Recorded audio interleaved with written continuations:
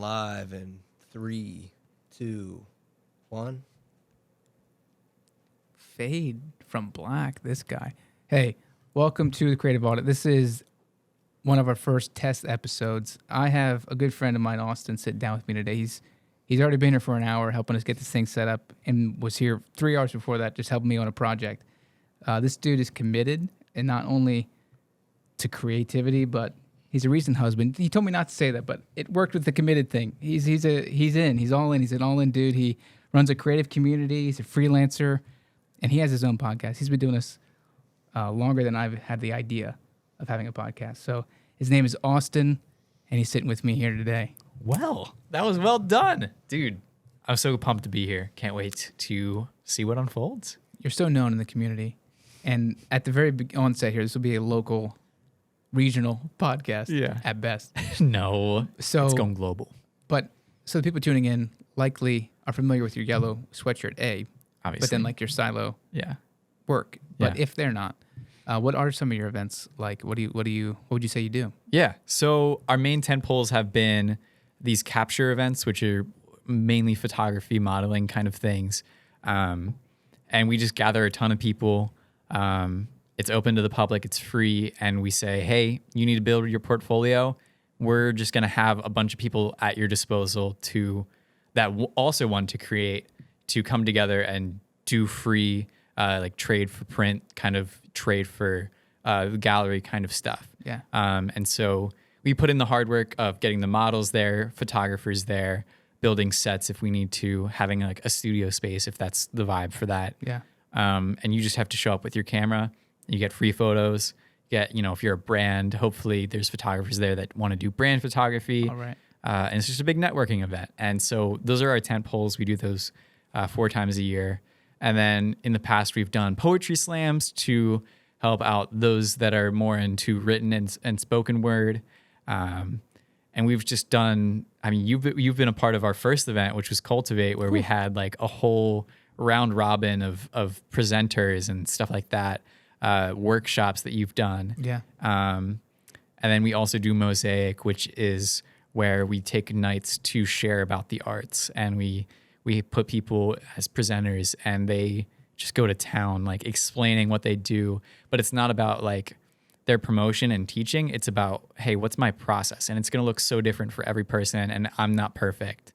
And I think that's the coolest part, is that it's like specific to them, and we want that to be a free-flowing, inclusive space for people to even give critiques if they needed to, but it's not about that. Yeah. And the Mosaic in particular is a pretty beautiful thing. Like it's its So own good. ceremony. It really is. It really is. I never think about it that way, but like it truly is like, just like it's a soaked space. It's like very deep, and there's so much respect. Yeah. I think that's like, it's one of the coolest things, because it's not like a do. It's a, let me sit back and really understand these people. Yeah. Creatively, are these events producing? Are you always thinking we can do this better? Are you you're like, these are really nice. I just wish more people would come. Like, where are you at in the growth of that, or It's feeling good? And it's tough, because always you want to chase the numbers, right? It's all about numbers and analytics, and that's what's forefront in like culture nowadays. And I have to remind myself that it's not about the numbers. If 2 people came out, I would like to say I would still have the same feeling as if 200 people showed up. Obviously, that's not the case, and I can't even begin to say that that is true for me. But I always turn back to that. I have to care for the people that are there, and I have to care for the beating hearts that do show up for me and also for the event and stuff like that. So to me, I really do have to remind myself that it matters that every single person decided to show up, because for me as an introvert as well, I know that like I would never show my face if 3 people showed up to an event. Like I have to know that I can be kind of like in the background, and then if I feel comfortable, come forward. So I'm always creating events and spaces with me in mind, which is one of the more like, harder parties to cater to. I mean, I think it's crazy because Gavin Smith is like the co-founder of Silo, and he's brought basically this version of me out of me.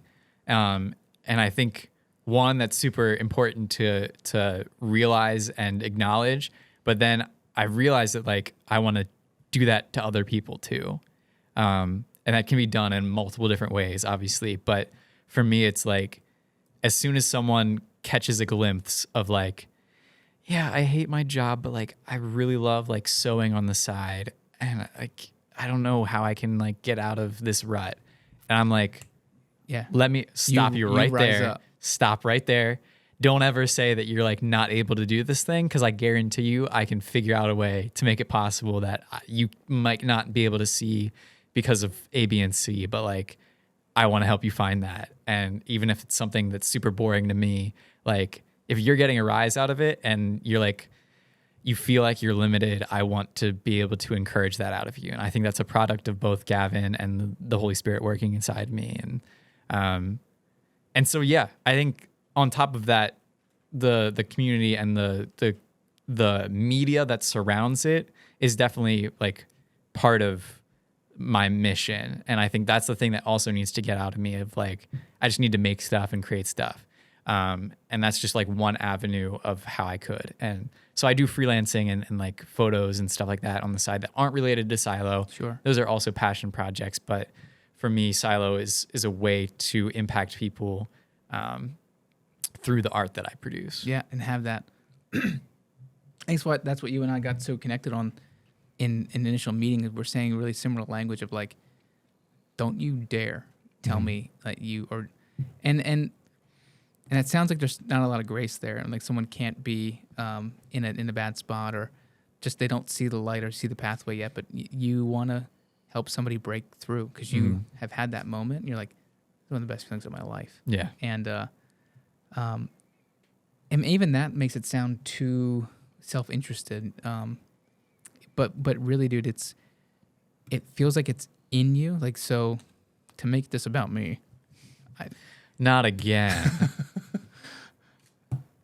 I literally was told, like almost in every single grade level, that, so all these memes that we see today of like poorly drawn characters, or I think, man, I forget. I really wish I remembered these artists' names, but Oatmeal, is that one? Could my be. Goodness. I wouldn't put it past him. But there's these artists, who draw these very poorly drawn people. I know exactly what you're They're talking about. characters. Yeah. And they're more successful, and we can say financial. Who knows? How do you define success? What do you mean by? They're more known than my art teacher, Sure. and Yeah. and they draw the people that I drew, and they told me I would never be successful by drawing.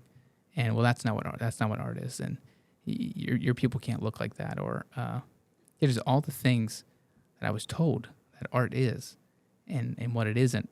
There's this moment in second grade in particular, and we're going to get into school because we had talked about school before. I'm finding my way there. I'm ready for it. So I wonder if you've had similar, like, bad school stories. Mind you alluded to something potentially about school, and I wonder if it's like mine. I hope you have this moment. Maybe I'm just like a forgiveful person. I need to let this go, is what some people would tell me. But this stuff, it's still in my head. It must have shaped me some way. So everybody needed to draw the school like this exterior. It was going to be in the yearbook. So like every single, I think it was second grader, drew the school. And they all get hung up on the wall, and none of them get graded, I believe. It was either none of them get graded or they all had A's. I think both are terrible. Yeah. Hot take about art class. Get it.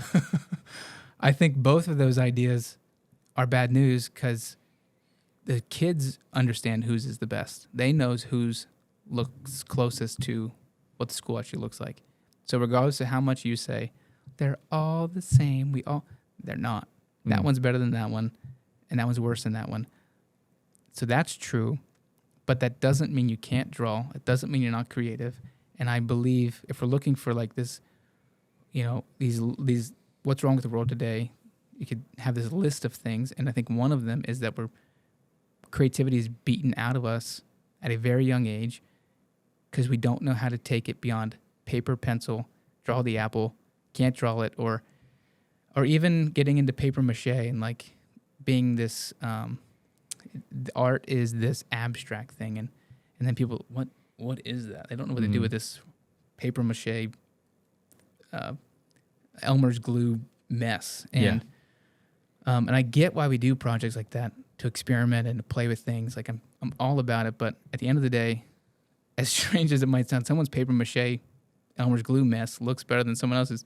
So like doing all these projects and then putting them on display is what I'm saying. I'm saying totally do these art projects, do these works, but don't go in the hallway and hang them up and think that you're making some kid's day, because you might be ruining the last kid on that list because visually he got an F. And I know people don't want to say that, but the kids see it, and that kid sees it, and potentially he doesn't care, and that's amazing, but potentially he does, and he was like me, and he wanted to be better but wasn't, and knew that he wasn't like Susie. That wasn't her name, but I do remember her name. I do remember who had the best drawing. So what I'm saying is, I'll do it one more time, in every other grade level, where do we take our history papers and hang them on the wall and have other kids read them from A to F? We don't do it. No. It's handed down, right? Your math test is handed face down and slid across, and you pick it up like you're playing poker. A. Then those people are like, I got an A. What'd you guys get? And they run around. And then you have the Fs, and they're like, I got an A. Puts in their backpack. So triggered, Caleb. Is that even, what is that? What are you hearing? Am I making sense? Yeah, you're making sense. I think it's interesting because you think about the wall, and I'm going to take it to digital media immediately. You think about the wall, people don't put their F work on the wall, right? They put their A+ work on Instagram. They show the best that they can. And then we also compare ourselves to that. I might go off on a completely different tangent than what you want. Please. But like the fact that it's so curated often doesn't show the diversity of the art, which is okay. But I think when you are able to, go from 2nd grade to 7th grade and see the progress of your own work, hopefully that gives you like reason to even put your B work on the wall instead of the A work. Yeah. And realize that like, hey, we're all gonna have Fs and As at some point. I don't know if that ties completely in, but what I'm hearing is that like it is tough. It's tough because for that person that isn't doing the best, it's like the biggest deal.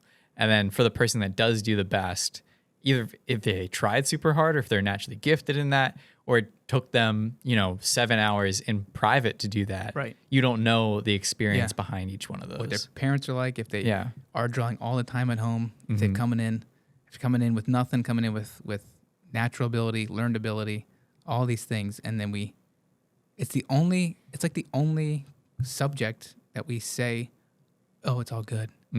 It's all the same. It's not all the same. And I actually think that we do that to protect, but truth is actually what will unlock these kids and set them free, and again be a step one to. So then when they come to your events, like I'm going down to I'm gonna go save this grade school kids, and then when they come to your events, you'll have more. That's how more people will come to your events. That's the funnel right there. Yeah, we're on it. You're like in 17 years. Yes. Yeah, we'll finally have the people we wanted. 100%. So in your school, mine goes deep back to kindergarten. Yeah. But how far does yours go?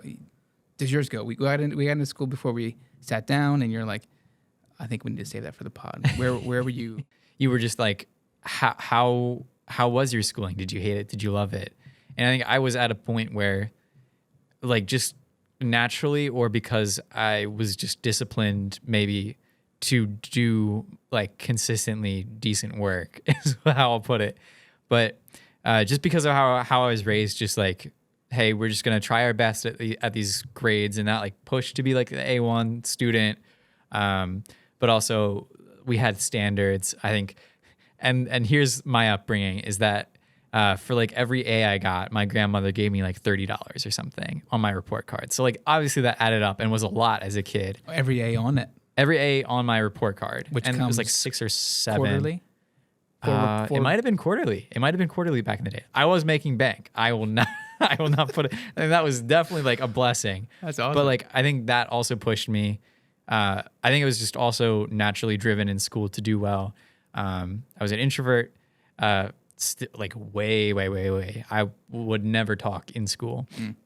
But I think for me, you know, I would say I breezed by. It was like, it came pretty natural to me. And I was in like honors courses because I wanted to push myself. And maybe there was fear in that as well of like, hey, I need to do well for the future. Sure. Not knowing that I would go into a field that doesn't need a degree. Right. Here we go. Right. But I think for me, it was just, I was able to breeze by things that were to others a lot more challenging. And so I think I was in a privileged spot and growing up just to be able to do that. Sure. And I think that also impacts where your creativity is too. If you had other things to worry about in your life, leading up to that point, you know, had to focus on those things other than being able to express yourself fully. And I think expression obviously is a huge part of art. And so if you had the mental freedom or capacity to overflow into expression of your art, that is a lot. That's a huge blessing that not everyone has. Yeah. And let's not take it away from your parents who wanted to give that to you, and then me who wants to give that to mine. And yeah, what are some of the ways that you're sprinkling your like inklings of creativity into their lives? Well, I'll stick with the hard thing for a moment. Unintentionally, life is just not we live in 900 square feet, where it's a little tight. They will never tell you there's not enough room. They will never say they don't have enough toys.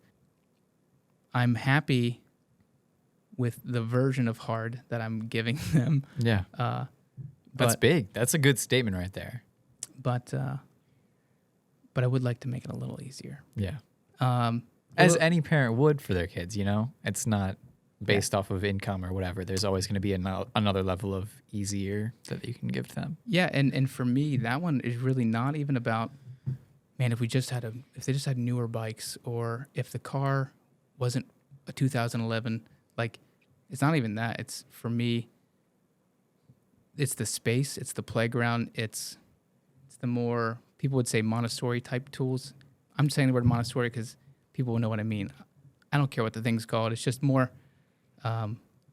primitive tool. So like, some of the ways I think with kids is as soon as if they want a play phone or they want to play anything, keyboard, and they're holding a stick, when you put a real keyboard in that kid's hand, that stick can no longer be their play keyboard because now they have this association, this attachment, and it helps in their imagination.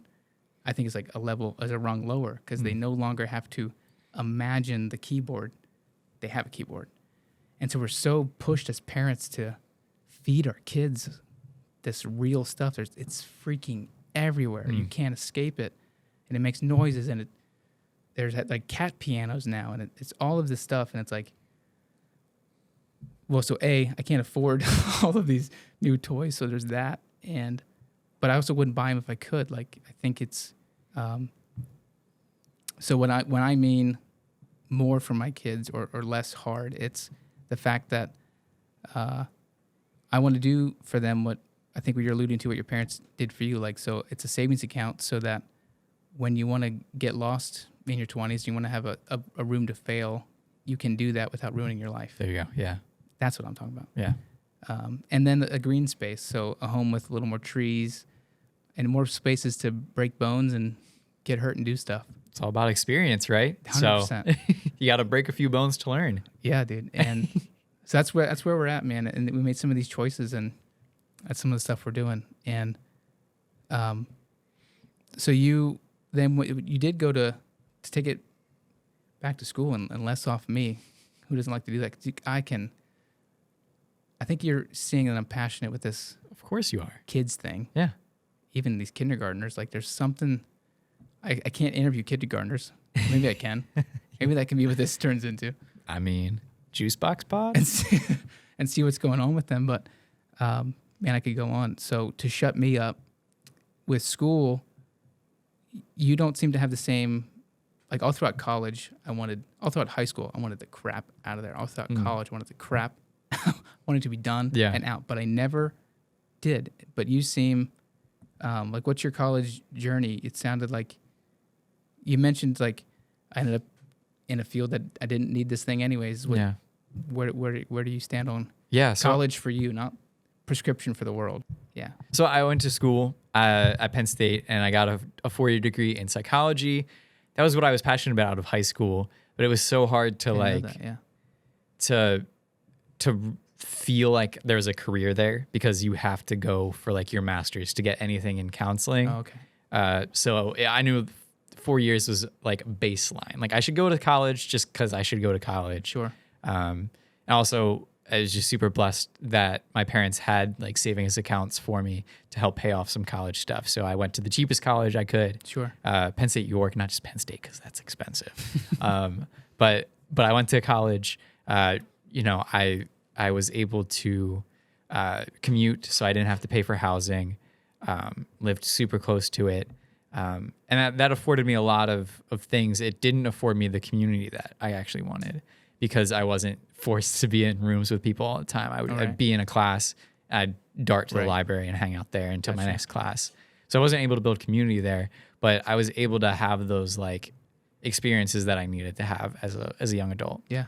And funny enough that I got so much into like cameras and stuff during that time that none of it really, paid off in a meaningful way other than applying the psychology skills into normal day interactions and in filmmaking and photos.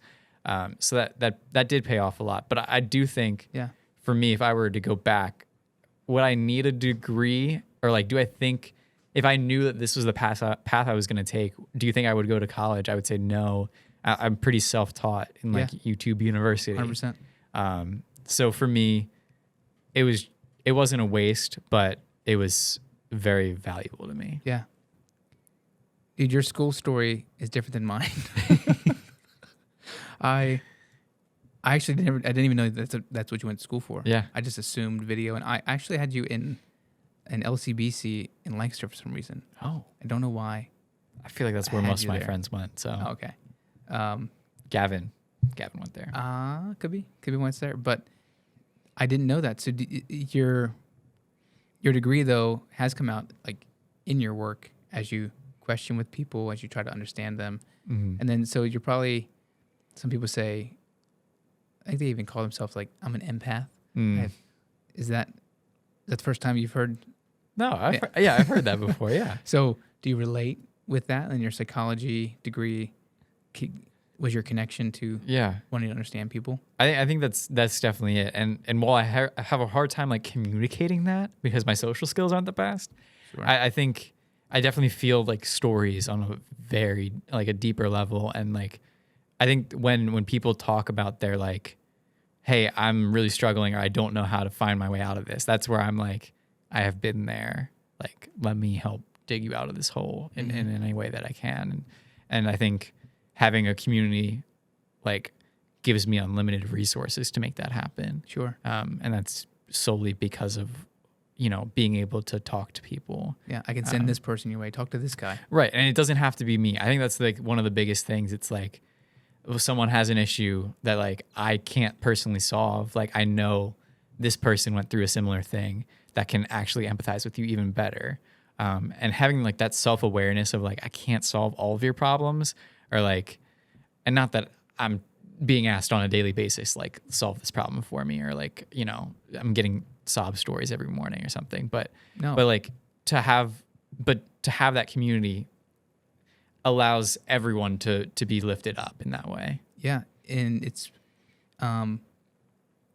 maybe you wouldn't say it externally, it doesn't matter, but like in a way, your social work makes it sound like it's you're a social worker, but if you had to explain it to your pastor, you'd say it's your ministry. Mm-hmm. You'd say that's right, and doing it in a modern way where I think some of us are.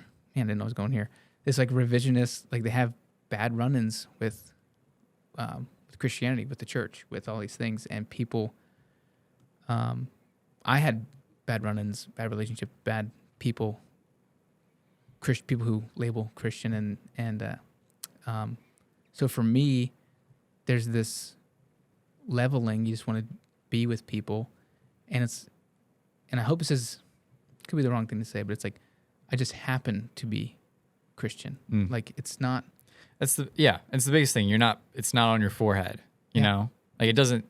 Like some people would say it needs to be, but I think, it's okay for it to be like not the second most important thing in your life. I'm not saying that, but like you're allowed to have a community that you don't have to be like, oh, I'm gonna sneak in the Christianity later. Like it's literally just you're loving people. Just do it. Just love people, and like that's all it needs to be in that moment. And if people have questions, that's where you come out and you say like, yeah, I can help, and this is why I am this way. Yeah. Right. But in these spaces, I'm finding myself on YouTube. I don't lead off my comments with, well, as a Christian. Right. They're asking for help, and you help, and you. It's a slow burn.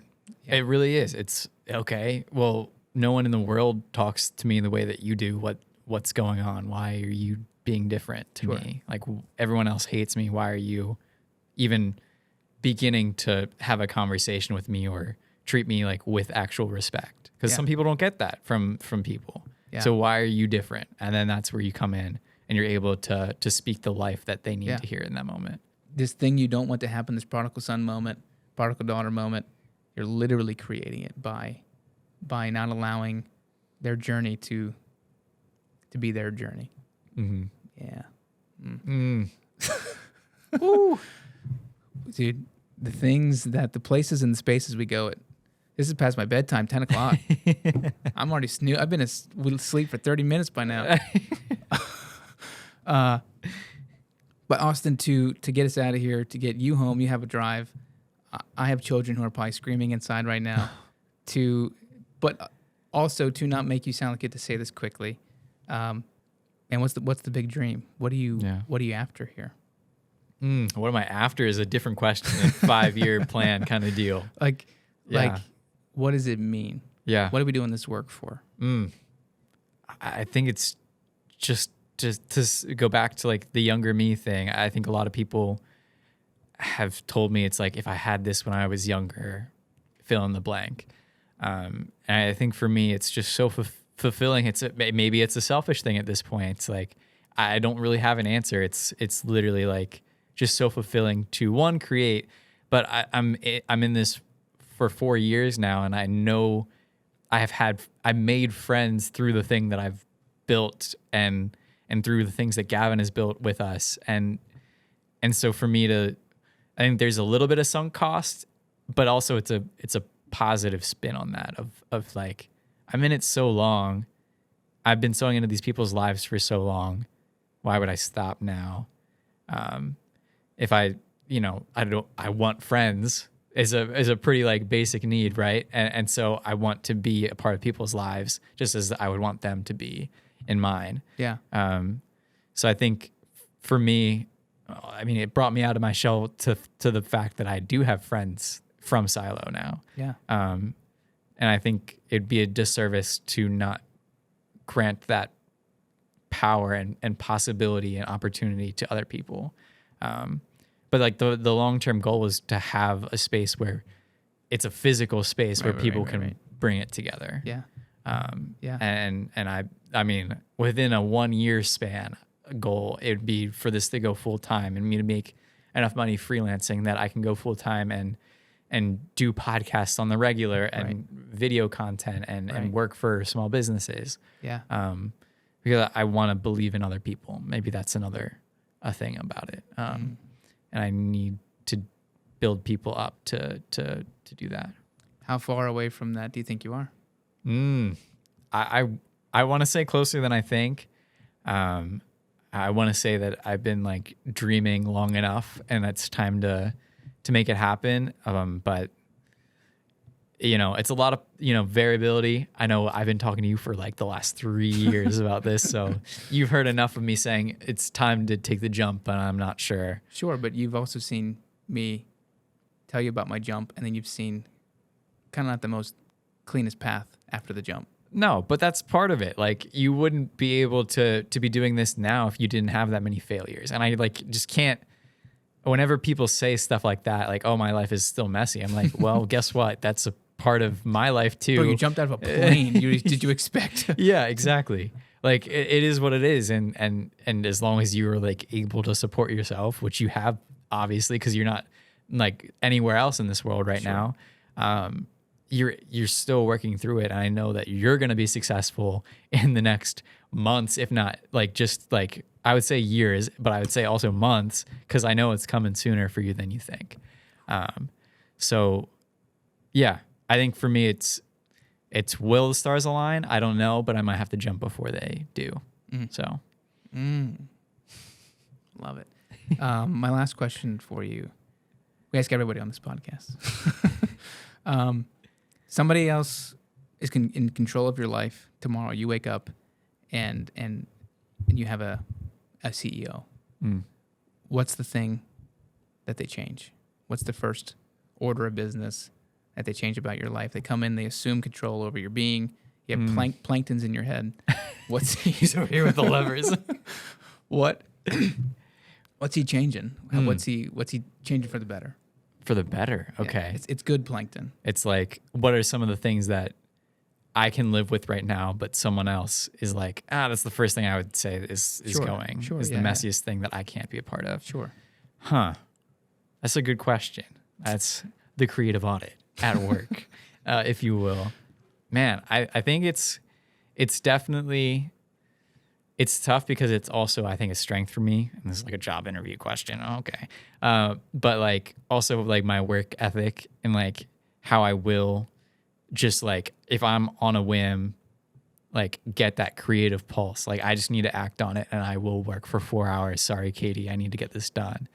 Because she understands that me working 4 hours actually saves her 8 hours in the future of me being away doing stuff that I don't want to be doing, or like the creative sprint, like 2x's the productivity that I would have during like a normal day. Lock in. Yeah. So if I can lock away for 3 hours and get out these ideas that I have and like edit this video and actually record a podcast, you will actually see me more, even if it is at a peak time that we're trying to like hang out. Sure. So I feel like for that, they would immediately be like, no, spend time with your wife. And I would say, I understand that. I see what you're saying. But you also don't, you're not in the head of my wife where she's like, I understand that like, he needs to get this done out of his head and I will see him more. And actually get him when he's here. Yeah, that's the biggest thing. It's not prolonged. It's full attention for work and then full attention for family. Yeah. Dude, if you don't mind, can I open this up again? Do it. So how are you guys working through that? This is where I would love to have her here, because I think Kelsey had to learn that about me in certain ways. But then I've grew out of that a little bit, where you have to control your sprints because I got kids. Like you, as much. It's a different season of life too. Yeah, everyone's. So these things could hit at like 10 p.m. at night when I used to be as young as you. But how do you feel like she's managed, or how do you make it not seem like this bad character trait where, what if she then all of a sudden I gotta get out of here for 3 hours? Like, would you be as accepting of?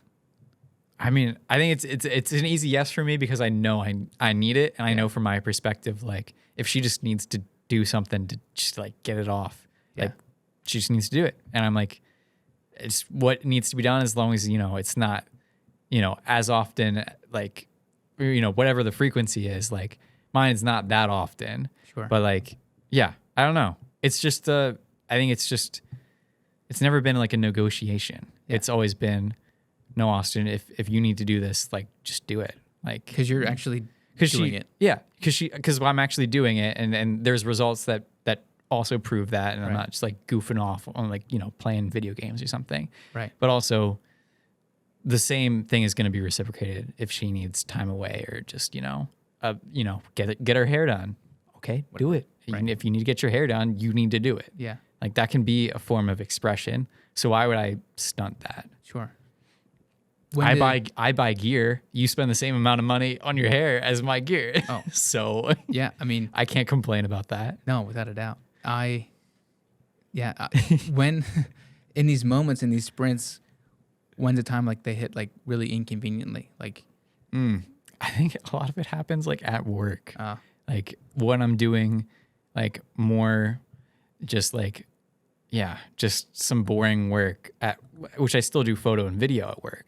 So I think it's just not as gripping as the things that I'm most passionate about, like editing or thinking of ideas, or Sure. I think just in general, working for other people for me has slowly become like something that's just like, you know exactly what that feeling is, right. actually. But in that mundane, what feels like it's like your favorite song, it's like your worst favorite song, like on repeat, like all the words, that murmur is where you dream. Like when the work is, I think when it's so monotonous, I'm just like, I'd rather be on that private island Gotcha. with the beach chairs and the warmth. yeah, And it literally is like a thought bubble. So And it then just like unlocks. in here, it's just here. And I'm like, well, I have to write all this down because I'm at work and I'll do it later, but it needs to happen. And then, I think too, it happens when I'm just being productive in general. So like if I'm doing the dishes, you've heard of shower thoughts, right. but like when I'm doing like the dishes and I'm like, well, maybe I could like do the wash too while I'm at it. And maybe this is me just being a good husband on air, but like, I just need to do the next thing. Oh, maybe I should just clean too. Like that's another form of like creative sprint that I feel like it's maybe just a productivity sprint where I'm just like, I'm just going to do everything because I have the energy for it. Yeah. And I'm willing to do it. Yeah. I don't know. Have you ever found a bottoming out with that? Like you're like, you ever feel like you were just chasing that to-do list only for the to-do list? Your work doesn't represent, Yeah. it's good quality. Like you're not just checkbox hungry. Right. Yeah. I think it's like, it's new. It's like 5 new things every day. And it's not like new ideas. It's like, these are tasks that need to be done for the greater good of Silo or the greater good of like me furthering marketing for my own business and for me to actually acquire new clients and stuff like that. Right. So a lot of it, I wouldn't say any of it is like chasing those because none of them have a hard deadline other than like some of the Silo promotional stuff. Sure. Which is hard deadline, which is set by myself, which is set by me having to be online and showing up for people. Yeah. Which in the end of the day is a good thing, but the way that Instagram and social media is a trap is a whole other conversation. But no, I passionately like run after almost every single thing. Yeah. And that, a lot of those can be like, I don't want to get you the wrong idea that like 30 of them are like the greatest idea for the YouTube channel or like whatever. It's simple things like needing to respond to these emails and hey, sub tasks and small tasks. And, right. It's not all glitz and glam or anything like that. But like, stuff. there's a lot of like, hey, and these ideas never like. There's a lot of them that have sit for a while. Like, Sure. I want to do more like square videos on my Instagram where they just keep looping because that's a really cool thing. Where if it's not a reel but it's in your post, it loops like a GIF, and I think it loses quality, which is kind of dumb. I see. But it's really like an interesting way of like, I've seen a lot of people post their work in like GIF formats, and it's so cool that like just like it's like how they do like layouts where it's like 3 like little sections of their video in screenshots, but like just moving aspects. So I want to do more of that, but that's like not something I need to do by Thursday. That's just an idea that if I have a time and I'm already like in that premiere, like in Chicago premiere, I'm gonna just cut up a few clips. Right. Yeah. You it sounds like you capture your thoughts. Have you always done like you just hold your thoughts captive? When it comes in, it's out. I track it.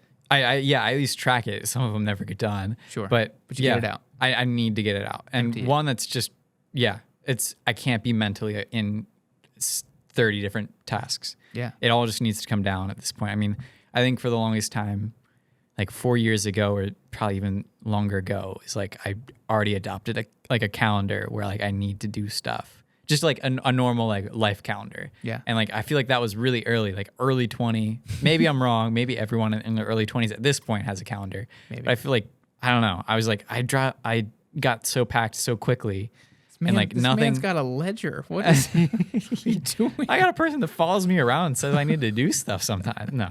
But like, yeah, I just mentally cannot do it because I think new ideas pop up too quickly that I need to just get them out. Yeah. Yeah. Yeah. It's if you want to go a new level, man, I know you've probably heard all these different productivity things that exist. I wish I could be on Notion. If you're gonna say Notion. It's fun. Yeah. It's way too much for me. That's my biggest problem. But Things is a nice upgrade. I did hear about Things. Yeah. Yeah, it's good. I just like Notion. I'm like, man, I want to redesign my entire life around Notion if I do Right. that, you know? Like I want all the different boards or Right. you can do anything probably in that. It's like a full sandbox. But I think that the biggest thing is that it is definitely a time commitment to like build out what I Right. would want, and I don't even know what's possible, and then I have to Right. watch hours of YouTube videos. Hey, well, that's not a problem for me. I watch plenty of YouTube, but Yeah. like Ooh. What's your watch count? What's your watch hours? I don't like just on YouTube. Yeah. I have no idea. It's probably way. Where do you find that? Wanna do If it? you bring it up, I'm not ashamed of it. It's just a lot. That's what that's I don't know where to find that. That's where they're tracking here tonight. We're gonna welcome to being in my community with me, my family. We say goodbye at least 6 times, but we will get out of here. I promise No, you. you're good. We're gonna reveal our watch count, Yes, please. our watch hours. You tell me where to find it. I would love to pull it up for So you. we'll go YouTube, go to home, Okay. click on you, Yep. and then we will do. Oh, time watched right there. Yeah, where'd you see it? Right there on At the the bottom. Yeah. Ready? I'm so nervous. I'm nervous that you think you have me beat. I don't know what is normal. I wanted to see lifetime. Oh, that would be devastating. I'm not impressed by the 7 That- days. Can you go longer? You could say, "Remind me to take a break." Can you? I can't. Wait. Oh, sorry. There it is. Oh no, you do have me beat. Let's see if I can. Oh, you saw it. I did see it. All right. So I thought I was a high performing, and then there's you. no, No, let's. There's no way to see. Maybe on lifetime would be insane. Maybe desktop. desktop. All right. So Go ahead, or do you want me to go since I'm lower? go for it. Oh, then wait. This is today. 3 hours and 5 minutes daily average. I'm down 14% from last week though. And then your 7-day total. 7 day total, 21:36 hours. I have a 5-hour, 40-minute today, and then a 7-day total of a work week. I have 37 hours, 45 minutes. Jeez. I thought I was a lot. I think my screen on time is probably a little bit higher though. I Yes. bet you watch desktop kind of It's stuff. people. I'll be honest with you. Like, I put on a podcast, just rolls. It's a lot of videos, and no, I'm not gonna pretend. I'm not gonna talk down that number as if it's like just 12 podcasts. No, it's a lot of videos. Yeah, dude. I lot of mean, different I things. watch. Yeah, I'm watching filmmaking stuff a lot too, though. Like, I would say half my intake is probably like educational, Sure. which should be billed by my employer. But I don't know who's dealing with that. But yeah, I mean, most of mine is like phone on podcast while I'm driving kind of Right, stuff, right. especially with my commute being like it's 30, like 35 minutes. Up by your odometer, just Yeah. watching while you're It's on my thigh. Yeah, dude, that's revealing, man. So some people, I was nervous to do that because I thought it was going to show Lifetime. And Oh, my lifetime is bad too, though. I'm surprised that's that low, honestly. I do feel like I watch a lot. yeah, but you said it was down, right? You It said you was were down 14%, Yeah. so whatever 14% of 30 or 21 or whatever I said. Or no, 30, whatever. It's something. It's something. It's like, well, that's like 35 or something, but Yeah, dude. not just that, and revealing your YouTube history, watch hours, which, man, if this is on YouTube right now, comment yours. Oh, here it is. Here's the camera. Hey, there it is. That's how many YouTube hours do you have under your belt this past week? And if Don't you're be on desktop, ashamed. yeah, and if you're on desktop and it reveals more than that, dude, I want to send it. know. Put it in the chat. I might have to check that out tonight. I'd be scared of that number just because you translate that to days and it's over. That's like half a year probably for me, if not more. Yeah, it's rough. Yeah, People say you spend half your life sleeping. I spend half my life on YouTube. there you go. But I mean, it's like what? It's the most trafficked web page in the world, or like both streaming site or something. Dang. Like, well, it's definitely the most popular streaming. Yeah. But like entertainment. But Yeah. I don't know. Well, in that and in this whole entire time, thank you. Of course, thank you. I truly believe that this will make its way to the internet. That's why I think we hung out here for so long. Yeah. So thank you very much, Austin, for being here. Thanks, man. Thanks for having me. Auditing my life, auditing my creativity, auditing my education, and my YouTube hours. Bro, we will have you back when I know what I'm doing. You already know what you're doing, bro. You already do.